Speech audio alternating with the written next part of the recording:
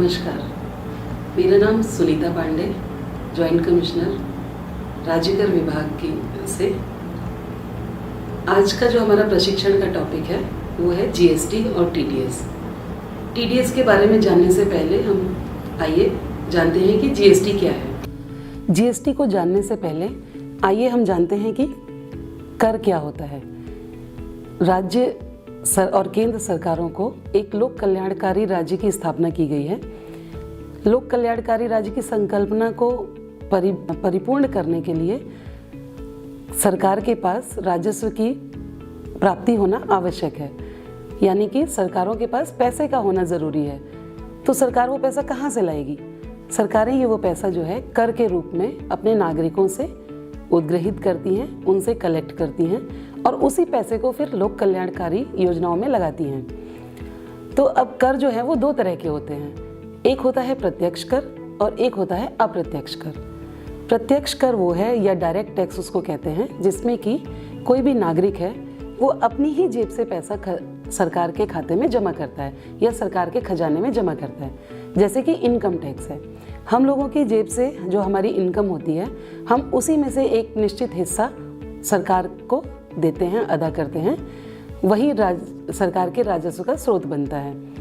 इसी तरह से जो दूसरा इनडायरेक्ट टैक्स की बात कर रहे हैं हम, वो कौन कौन से हैं? इनडायरेक्ट टैक्स क्या होता है कि जहाँ पे राज्य सरकार, केंद्र सरकार और नागरिक के बीच में टैक्स को कलेक्ट करने के लिए एक मीडिएटर होता है। तो वो मीडिएटर क्या करता है कि राज्य सरकार के बिहाफ पे, केंद्र सरकार के बिहाफ पे नागरिकों से पैसा कलेक्ट करता है और फिर राज्य के खजाने में, सरकार के खजाने में उसको जमा करता है। तो ये अप्रत्यक्ष कर है। तो जो जीएसटी की बात हम करते हैं वो अप्रत्यक्ष करों में बहुत बड़ा सुधार है। अब सुधार क्यों कह रहे हैं हम इसको जानने के लिए समझते हैं कि जो राज्य सरकार है और केंद्र सरकार है वो अलग अलग तरह के टैक्स लगाती हैं।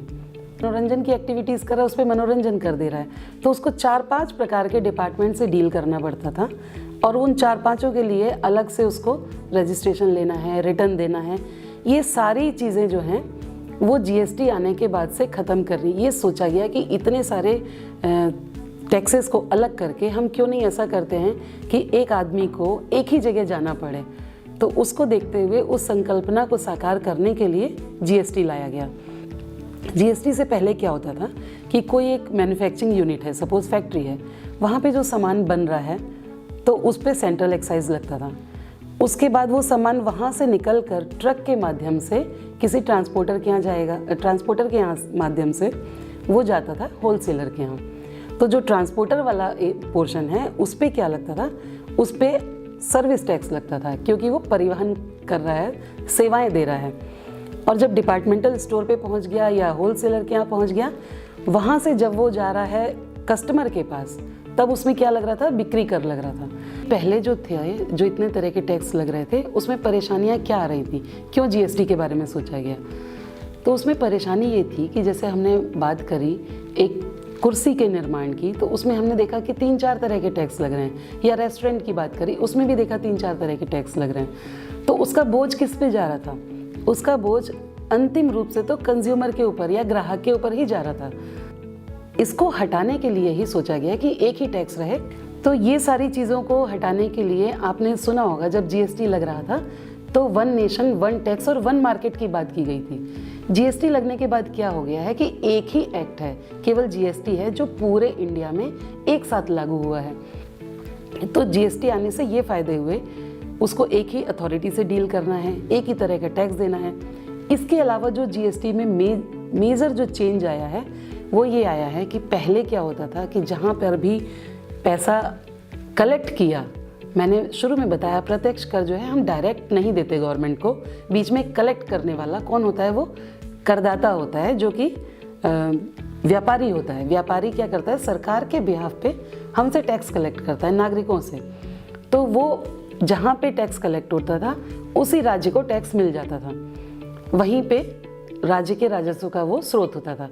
परंतु जीएसटी आने के बाद क्या है, इसको डेस्टिनेशन बेस्ड टैक्स कहा जाता है, यानी कि जहाँ पर भी माल का फाइनल कंजम्पशन होगा, जहाँ पर भी उपभोग होगा, कर भले ही किसी एक राज्य में जमा किया गया हो, लेकिन जहाँ उपभोग होगा कर वहीं पे यहाँ से जमा हुआ टैक्स उस राज्य में चला जाएगा जहाँ पर उसको फाइनली कंज्यूम किया गया है। तो अब बात करते हैं कि जीएसटी कहाँ लगेगा और कहाँ नहीं लगेगा। तो कुछ चीज़ें हैं जिनको अभी जीएसटी के दायरे से बाहर रखा गया है। पेट्रोलियम प्रोडक्ट्स हैं 5 तरह के, डीजल है, पेट्रोल है, या फिर जो वायुयान का जो फ्यूल होता है वो है, और नेचुरल गैस है। ये 4-5 तरह की चीज़ें ऐसी हैं जिनको 5 सालों के लिए जीएसटी से बाहर रखा है। और दूसरी एक चीज़ है जिसको जीएसटी बिल्कुल नहीं लगता, वो क्या है कि जो शराब होती है ह्यूमन कंजम्पशन के लिए, जो मानव उपभोग के लिए शराब है, उस पर भी जीएसटी नहीं लगेगा। तो ये ऐसी चीज़ें हैं जिस पे जीएसटी नहीं लगना है। जीएसटी में कितने तरह के रेट ऑफ टैक्स हैं, कितना लगेगा, लग तो गया, मान लीजिए कहाँ लगा कि जहाँ पर भी आपने कोई माल की सप्लाई करी या फिर कोई सेवा की सप्लाई करी तो वहाँ पे आपको जीएसटी लगेगा। परंतु वो अगर पेट्रोल डीजल से रिलेटेड है, जीएसटी नहीं लगेगा। मालिक और सेवक का संबंध है, जीएसटी नहीं लगेगा। कर मुक्त है जीएसटी में, तो जीएसटी नहीं लगेगा। अब लगेगा तो किस रेट से लगेगा, उस पर हम बात करें थोड़ी सी। तो जहाँ पे जो एकदम मानव के जीवन के लिए उपयोगी वस्तुएं हैं उन पे नॉर्मली जीएसटी को कर मुक्त किया गया है। तो वहाँ पे 0 रेट। लाइवलीहुड से रिलेटेड जो चीज़ें हैं जैसे गेहूँ है, चावल है, दूध है, फ्रेश सब्जी हैं, वेजिटेबल्स हैं, इन सारे जो कि किसी भी इंसान को जीवन के लिए बहुत ही आवश्यक हैं, उनके लिए उन पर जीएसटी नहीं लगेगा। उसके बाद आइए कि जो नॉर्मल थोड़ा लाइफ जीने के लिए ज़रूरी हैं उस पर, जैसे दवाइयाँ हैं और ऐसी काफ़ी चीज़ें हैं, चाय है, कॉफ़ी है, ऑयल है, खाना बनाने के लिए आपको तेल की ज़रूरत पड़ती है, तो ये चीज़ों पे 5% रेट ऑफ टैक्स है। इससे थोड़ा सा ऊपर जाएंगे आप, थोड़ा आपकी परचेजिंग पावर बढ़ी है तो आप घी, बटर, ये सारी चीज़ें, आप अचार भी लेना चाहते हैं, ऐसी चीज़ों पे फिर 12%, जो डेली नीड की चीज़ें हैं उस पे 12% रेट ऑफ टैक्स है। फिर और भी थोड़ा आप जैसे हायर लेवल पे जाते हैं तो कॉस्मेटिक्स हैं, कंप्यूटर्स हैं, ऐसी चीज़ें खरीदेंगे आप तो उस पर 18% रेट ऑफ टैक्स है। उसके अलावा जब आपको लग्जरी की ज़रूरत है, जैसे आप बड़ी कार्स खरीदते हैं या फिर कोई ऐसी वस्तुएं हैं जो कि मानव स्वास्थ्य के लिए बहुत हानिकारक हैं, जैसे पान मसाला है, तो इन चीज़ों पे रेट ऑफ टैक्स बढ़ा के रखा गया है। 28% का रेट ऑफ टैक्स है। तो ये बात करी हमने कि जीएसटी लगेगा तो किस रेट से लगेगा। अब बात करते हैं स्ट्रक्चर क्या है। जीएसटी तो लगेगा, तो क्या जो बिल आपको मिलेगा उस पर जीएसटी लिखा रहेगा कि 28% जीएसटी है या 18% जीएसटी है? नहीं, आप देखेंगे कि उस पर तो कुछ और ही लिखा है। आप देखेंगे उस पर सीजीएसटी टाइप का कुछ लिखा है, एसजीएसटी लिखा है, कहीं पे तो आप देखेंगे आईजीएसटी है। इसका क्या मतलब है?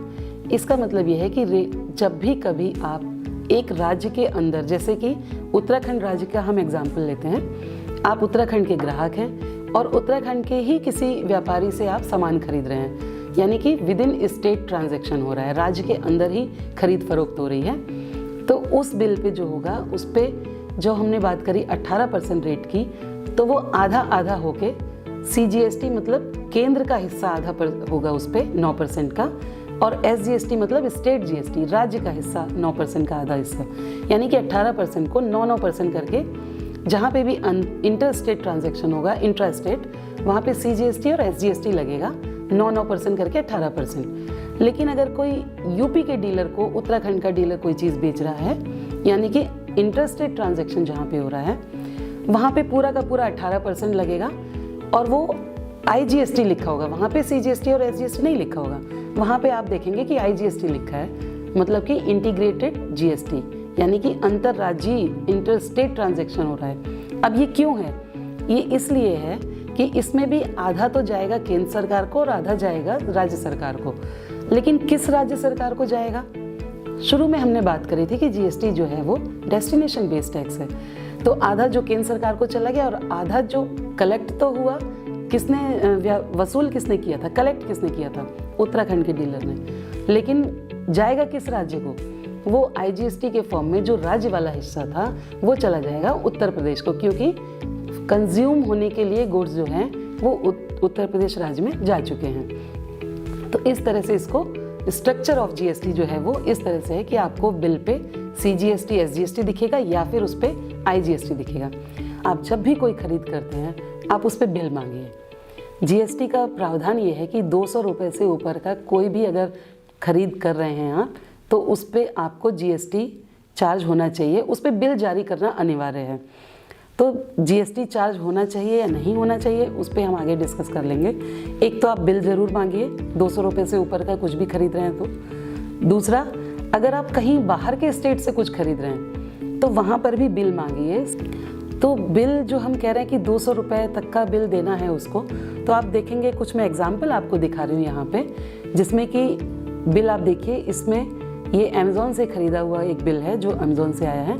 इसमें आप देखिए तो यहाँ पर कोई टैक्स चार्ज नहीं है क्योंकि ये बुक्स का बिल है, इसमें बुक्स हमने खरीदी हैं, तो यहाँ पे कोई टैक्स चार्ज नहीं है। अब दूसरा बिल देखिए, ये कंप्यूटर का बिल है।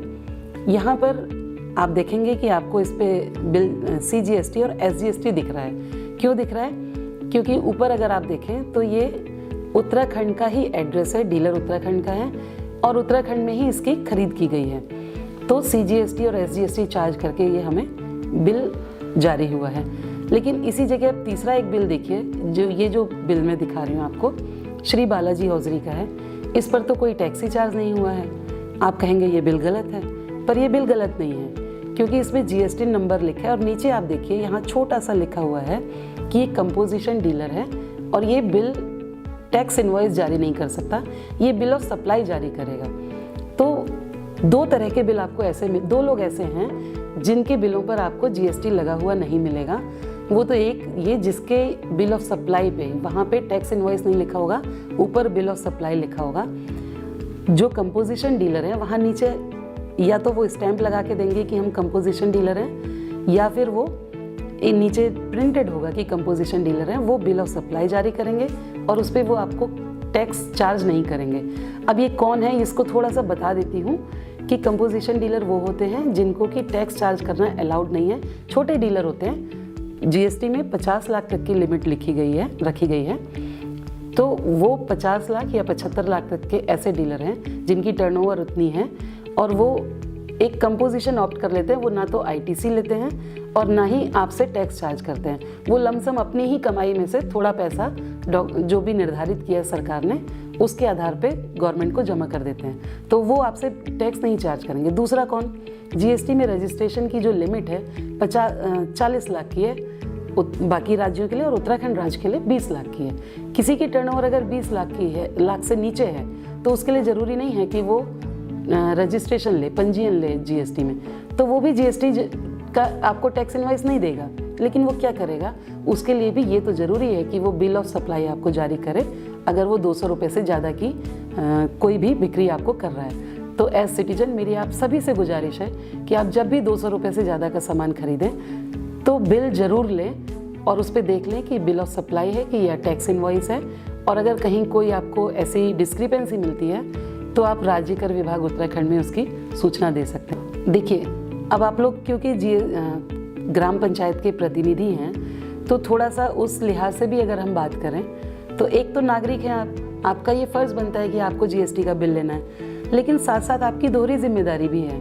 आपको ग्राम के विकास के लिए भी बहुत सारे निर्माण कार्य करने पड़ते हैं, बहुत सारी खरीदारी करनी पड़ती है, कोई भवन बनाना है, कोई खड़ंजा लगाना है। तो इसमें क्या होता है, जो सामान्य तौर पे परिपाटी चली आ रही है उसमें क्या होता है कि रेत बजरी आपने खरीदना है, तो रेत बजरी में ये बहुत होता है कि वो क्या करते हैं, आपको बिल नहीं देंगे, कहेंगे कि आपको थोड़ा सस्ता पड़ जाएगा पर आप बिल मत लीजिए और सामान हमसे ऐसे ले लीजिए।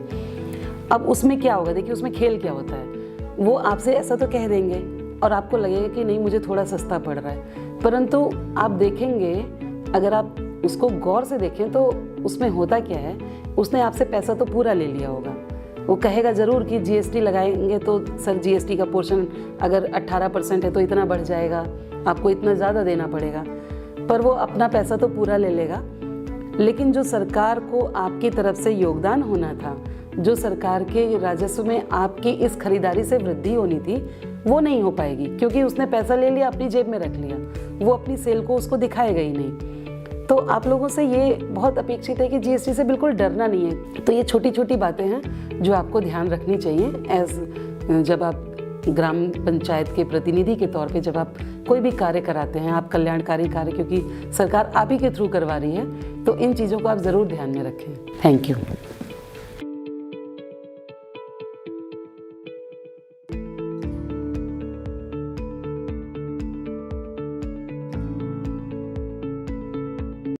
नमस्कार, मैं एस तिरवा, डिप्टी कमिश्नर राज्य कर यानी स्टेट जीएसटी डिपार्टमेंट। मैं आज आपके साथ चर्चा कर रहा हूँ टीडीएस पर। टीडीएस नाम आपने सुना होगा कि टीडीएस इनकम टैक्स में और टीडीएस जीएसटी में, टीडीएस वैट में, बहुत सारे टैक्स के सिस्टम में टीडीएस कटता है। जीएसटी में भी टीडीएस बहुत महत्वपूर्ण है और ख़ासकर सरकारी विभागों के लिए, सरकारी उपक्रमों के लिए या फिर लोकल अथॉरिटीज़ के लिए। तो आइए आज हम समझते हैं कि टीडीएस वाकई क्या है, राज्य के आय में, राज्य के राजस्व की वृद्धि में ये कैसे सहायक है और इसकी प्रक्रिया क्या है। तो मैं आपको टीडीएस की तरफ लेके चलता हूँ। TDS tax deducted at source हम टीडीएस को कहते हैं और टैक्स डिडक्टेड एट सोर्स को अगर मैं हिंदी में रूपांतरित करूं तो इसको बोलते हैं स्रोत पर कर कटौती। स्रोत पर कर कटौती, स्रोत शब्द पे ध्यान दीजिए। स्रोत पर कर कटौती कैसी होती है इसको हम आगे समझते हैं। तो स्रोत पर कर कटौती क्या है? अब अगर मैं बात करूं इसे समझाने के लिए तो मैं एक बहुत सामान्य सा एक एग्जाम्पल लेके चलता हूं। वो एग्जाम्पल आप स्क्रीन में देख सकते हैं। मान लीजिए कोई दंपत्ति है, कोई कपल है, कोई परिवार है और वो शॉपिंग करने जाता है। हर एक परिवार में हर एक दंपत्ति शॉपिंग सेंटर्स पे जाता है, तो हम उसको इसी एग्जाम्पल से समझते हैं। तो वो शॉपिंग करने जाता है, मान लीजिए एक दुकान पे। अभी वो दंपत्ति दुकान पे गया और उसने वहाँ से कुछ शॉपिंग की, तो उसने कुछ जो भी सामान उसने ख़रीदा वो सामान उसके पास आ गया। इसके बाद वो क्या करेगा? वो दंपत्ति पैसे का भुगतान करेगा। जितना उसने सामान लिया है उसके अगेंस्ट वो उतना ही पैसा उस दुकानदार को देगा। अब यहाँ से ज़रा ट्रांजैक्शन को समझिए।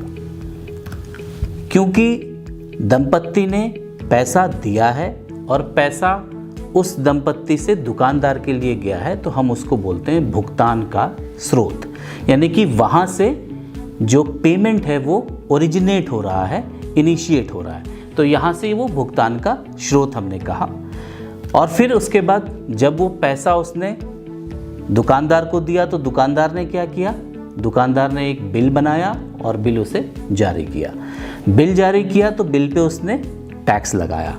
हम आप जब भी मार्केट में ख़रीदारी करने के लिए जाते हैं तो हम देखते हैं कि जो हम सामान खरीदते हैं उस पर दुकानदार जीएसटी चार्ज करता है। तो वही जीएसटी उसने चार्ज किया, जिसको हम कहते हैं कि दुकानदार ने कर वसूल किया हमसे, टैक्स वसूल किया हमसे।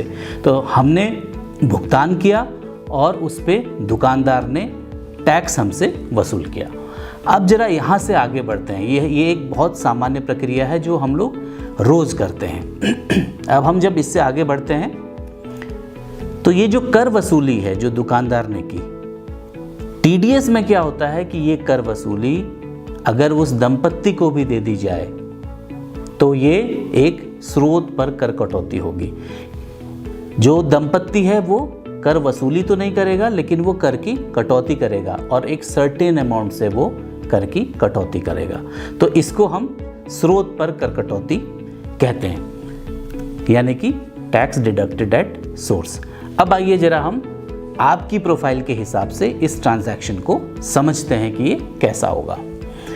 तो अभी हम स्क्रीन पे देख रहे हैं कि एक प्रतिनिधि है, मान लीजिए कोई ग्राम प्रधान है, ग्राम पंचायत का कोई प्रतिनिधि है या लोकल बॉडीज़ का कोई भी एक प्रतिनिधि है। हमेशा आप जानते हैं कि प्रतिनिधियों की जिम्मेदारी कल्याणकारी कार्यों को करने की है, सरकार की विभिन्न योजनाओं को निचले स्तर पे, ग्राम स्तर पे, गांव के स्तर पे लागू करने की है। तो ऐसे में उनके पास विकास कार्यों से जुड़े बहुत सारे काम होते हैं। तो इनमें मान लीजिए कि कोई एक प्रतिनिधि है जो कि अपने गांव में अपनी निधि से, सरकार के पैसे से कोई सड़क बनाना चाहता है। यहाँ पे मैंने उदाहरण सड़क का लिया है, लेकिन आप कोई सड़क बना सकते हैं, कोई भवन निर्माण हो सकता है, कोई और तरीके का काम हो सकता है, नाली की खड़ंजा इत्यादि कुछ भी बनाने का काम हो सकता है। तो अब जब भी कोई प्रतिनिधि कोई ऐसा काम किसी से कराएगा तो उसे क्या पड़ेगा सबसे ज़्यादा ज़रूरत? सबसे पहले उसको एक काम करने वाला व्यक्ति चाहिए जो इस काम को करेगा। वो कौन होगा यहाँ पे? वो होगा ठेकेदार। तो एक ठेकेदार या एक संविदाकार, जिसे हमारे टैक्स की लैंग्वेज में बोलते हैं, वो इस काम को करेगा। अब क्या होगा कि जब वो काम करेगा तो बिना पैसे के काम तो करेगा नहीं, तो जो भी प्रतिनिधि होगा उसका जो ऑफिस होगा वो उसे उस पैसे का भुगतान करेगा। ठीक है, तो जब वो पैसे का भुगतान करेगा संविदाकार को यानी ठेकेदार को, जब वो पैसे का भुगतान करेगा तो उस समय क्या होगा, जो सोर्स होगा, जो सोर्स ऑफ पेमेंट है, वो उस वक्त वो प्रतिनिधि होगा। उसके ऑफिस से वो पैसा जा रहा होगा किसके पास? ठेकेदार के पास। तो यहाँ पे जिम्मेदारी किसकी होगी कर कटौती की?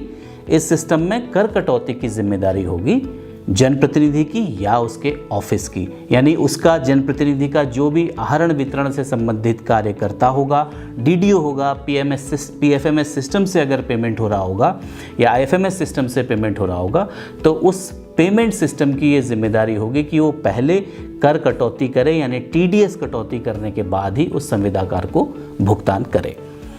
अब जरा आगे बढ़ते हैं। अब जब हमने बात की कि कर कटौती होगी, तो क्या कर कटौती हर स्थिति में होगी? क्या हमेशा चाहे वो 10 रुपये का कोई आइटम खरीदे या 10 लाख का खरीदे, दोनों ही स्थितियों में कर कटौती की जाएगी? तो इसको जरा समझते हैं कि कर कटौती होनी कब है। तो कर कटौती के लिए हमारे पास मुख्यतः 2 बिंदु हैं। एक कि जब किसी करदाता ठेकेदार को एक ही बिल पे, यहाँ पे ध्यान दीजिएगा, एक ही बिल पे 2.5 लाख रुपए से ज़्यादा की पेमेंट हो रही हो, यानी एक बिल हो, कोई ऐसा काम हो जिसका कोई भी ठेकेदार हो, या मान लीजिए कोई स्टेशनरी का जिससे आपने सर्विसेज ली हैं, या मान लीजिए कोई रेत बजरी का कोई आपने किसी से सर्विसेज ली हैं, उसका कोई एक बिल है और वो 2.5 लाख रुपए से ज़्यादा का है, तो आपको तुरंत अलर्ट हो जाना है कि इस पे आपको टीडीएस काटना है। अच्छा, दूसरी स्थिति क्या है कि वो 2.5 लाख का बिल नहीं है, 2.5 लाख के बिल से नीचे है, तो अब आप कहेंगे कि उसमें काटने की कोई ज़रूरत नहीं। सामान्यतः 2.5 लाख रुपए से नीचे के बिल पे टीडीएस काटने की कोई आवश्यकता नहीं है, लेकिन अगर किसी ठेकेदार के साथ अनुबंध हुआ है कि वो काम वो 2.5 लाख से ज़्यादा रुपए में करेगा, सपोज कीजिए कि मैं एक खड़ंजा बनाता हूँ और वो खड़ंजा 5 लाख रुपए का बनता है और मेरा ठेकेदार के साथ एक अनुबंध हुआ है कि मैं 5 लाख रुपए उसे पे करूंगा तब वो एक खड़ंजा बनाएगा। अब यहाँ पे जब मैं उसको पहला पैसा 5 लाख रुपए में एक साथ रिलीज नहीं कर रहा हूँ, लेकिन मैं पहली किस्त से 1 लाख रुपए की दे रहा हूँ। अब जो 1 लाख रुपए है वो 5 लाख, वो 2.5 लाख से कम है, लेकिन फिर भी ऐसी स्थिति में उस 1 लाख रुपए में भी टीडीएस की कटौती करनी है। क्यों करनी है? क्योंकि जो संविदा की कुल धनराशि है, जो अनुबंध है, वो 2.5 लाख से ज़्यादा का है।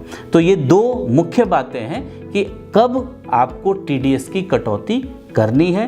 पहली, जब कोई एक बिल आपको 2.5 लाख रुपए से ज़्यादा का हो। सेकंड, बिल 2.5 लाख रुपए से कम का हो, लेकिन टोटल कॉन्ट्रैक्ट की धनराशि 2.5 लाख रुपए से ज़्यादा हो। तो इन 2 स्थितियों में टीडीएस की कटौती अनिवार्य रूप से करनी है। अब हम यहाँ पे, मैं ये भी कहना चाहूँगा कि हम उदाहरण यहाँ पे ज़रूर ऐसा दे रहे हैं कि हम कोई स्टेशनरी परचेज कर रहे हैं, लेकिन ये माल यानी गुड्स और सेवाएं दोनों के लिए है। अगर कोई उपनल एक विभाग है, वहाँ से कोई कर्मचारी अपने यहाँ रखता है बाह्य स्रोत से, जिसको हम बोलते हैं, तो ऐसे केस में भी क्योंकि वो कर्मचारी की जो सैलरी बनेगी तो उपनल से वहाँ पे भी आपको टीडीएस काटना है, तो वो दोनों माल और सेवा यानी गुड्स और सर्विसेज दोनों ही स्थितियों में टीडीएस कटेगा और उसकी जो लिमिट है वो 2.5 लाख रुपए रहेगी। अब जरा बात करते हैं कि कर कटौती अब होगी तो वो फिर कर कटौती कब नहीं होगी। तो जैसे मैंने आपको बताया कि कर कटौती होनी है इस स्थिति में, ऐसे ये देखते हैं कि टीडीएस कटौती यानी कर कटौती किस स्थिति में नहीं होनी है।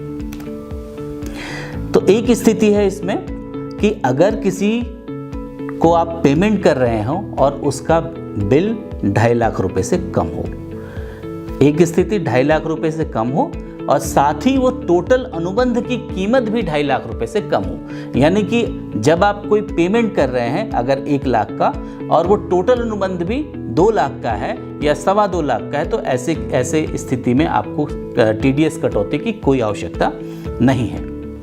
और जब सप्लायर और जहाँ पे वो सप्लाई ली जानी है वो दोनों ही राज्य से बाहर हों।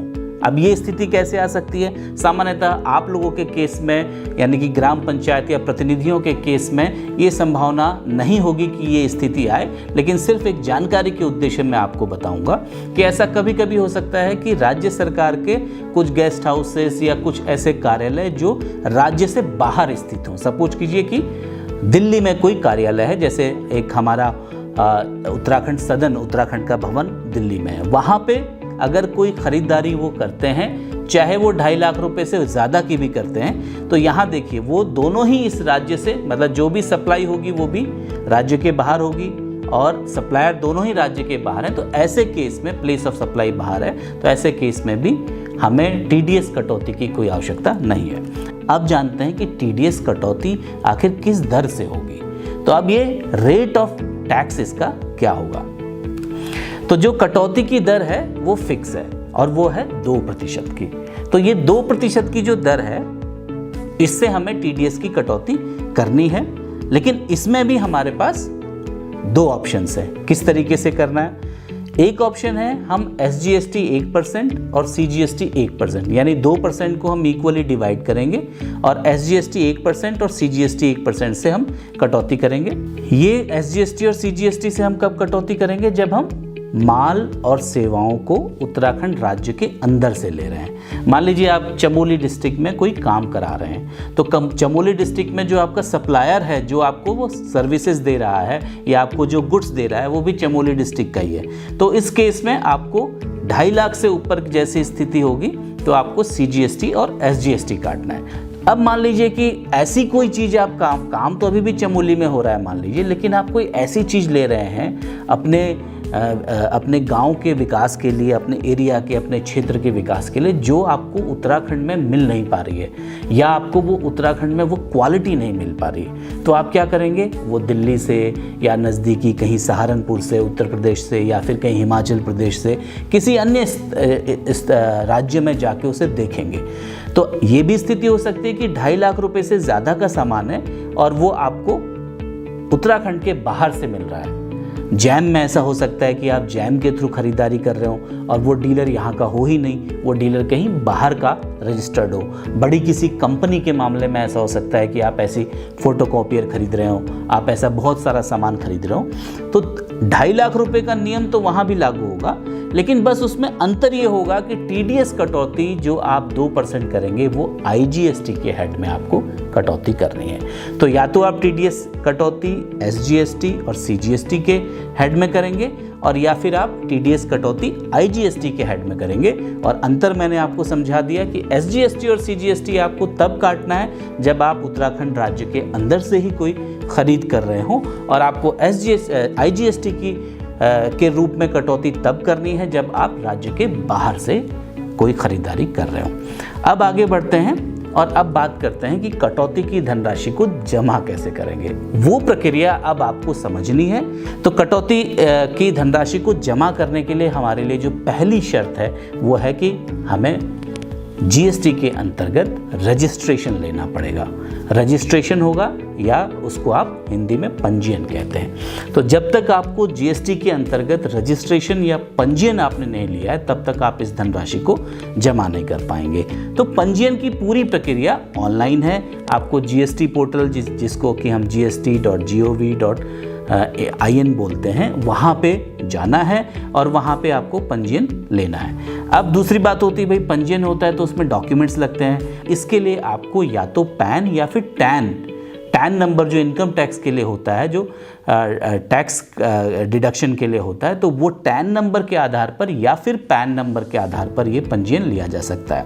फिर हम बात करते हैं कि क्या इसका कोई पैसा लगेगा। इसमें नहीं, इसमें कोई आपको पैसा नहीं देना होगा, कोई इसकी फीस नहीं है, ये बिल्कुल फ्री है। और ये आपको कब तक मिलेगा? मान लीजिए मैंने आज अप्लाई तो कर दिया, तो मुझे ये कब मिलेगा? तो ये आपको मिलेगा 3 वर्किंग डेज में। 3 वर्किंग डेज में आपको 100% ये पंजीयन आपका मिल जाएगा और आपको एक UIN नंबर या GSTN नंबर जिसको आम भाषा में कहते हैं वो आपको नंबर मिल जाएगा और उसी नंबर के आधार पर फिर आप कटौती करने के बाद उस पैसे को जमा कर पाएंगे। अब इसके बाद बात करते हैं कि पंजीयन कैसे प्राप्त करें। पंजीयन में 2 पार्ट हैं और 2 पार्ट में आपको कैसे फिल करना है। तो पार्ट ए फिल करने के लिए आपको लॉग ऑन करना है, यानी आपको जाना है GST की पोर्टल पे, जो मैंने अभी बताया gst.gov.in पे। वहाँ पे आपको रजिस्ट्रेशन सेलेक्ट करना है as tax deductor, as taxpayer नहीं, नॉर्मल टैक्स पेयर नहीं। फिर आपको वहाँ पे पैन नंबर या टैन नंबर या फिर मोबाइल नंबर और ईमेल आईडी अपना डालना है और उसके बाद उनको OTP से सिस्टम वेरीफाई करेगा। आप एक OTP आपके मोबाइल नंबर पे आएगा, एक OTP आपके ईमेल पे आएगा। उसके बाद आपका TRN नंबर जनरेट होगा। TRN नंबर जो है वो टेम्परेरी रजिस्ट्रेशन नंबर है। ये जो TRN नंबर है आपका 15 डेज़ के लिए वैलिड होगा। तो ये पार्ट ए भर के आप उस एप्लीकेशन को छोड़ सकते हैं। इसका मतलब ये हुआ कि आज मैंने सिर्फ पार्ट ए भरा और मुझे TRN मिल गया, उसके बाद मैं नेक्स्ट 15 डेज़ में आगे की प्रक्रिया कभी भी पूरी कर सकता हूँ। तो फिर मैंने क्या किया, नेक्स्ट पार्ट बी भरने के लिए वो मैंने अपना TRN नंबर डाला, उस पर एक OTP आया, वो मैंने OTP डाला। उसके बाद मेरे सामने फॉर्म खुल गया।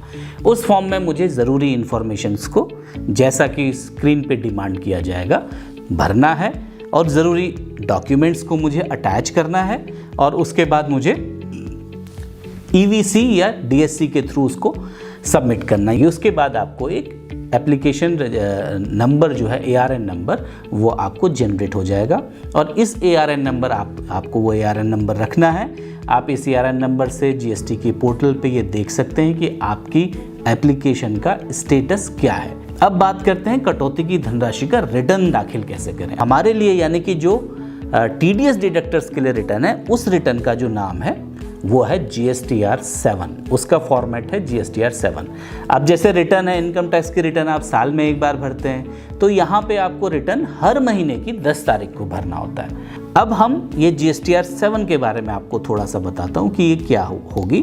तो कटौती की धनराशि को भी आपको, जो आपने काटी है, वो आपको बैंक में एक चालान लगा के जमा कर सकते हैं या फिर आप उसको ऑनलाइन रूप से जमा कर सकते हैं। तो अगले महीने की 10 तारीख तक इस महीने के जो ट्रांजैक्शंस हैं वो आपको जमा करना है। GST पोर्टल से आपको चालान निकालना है और फिर उसको आपको भुगतान करना है। साथ ही आपको एक GSTR 7 के फॉर्मेट में रिटर्न भरनी है, जो कि पूरी तरीके से ऑनलाइन है।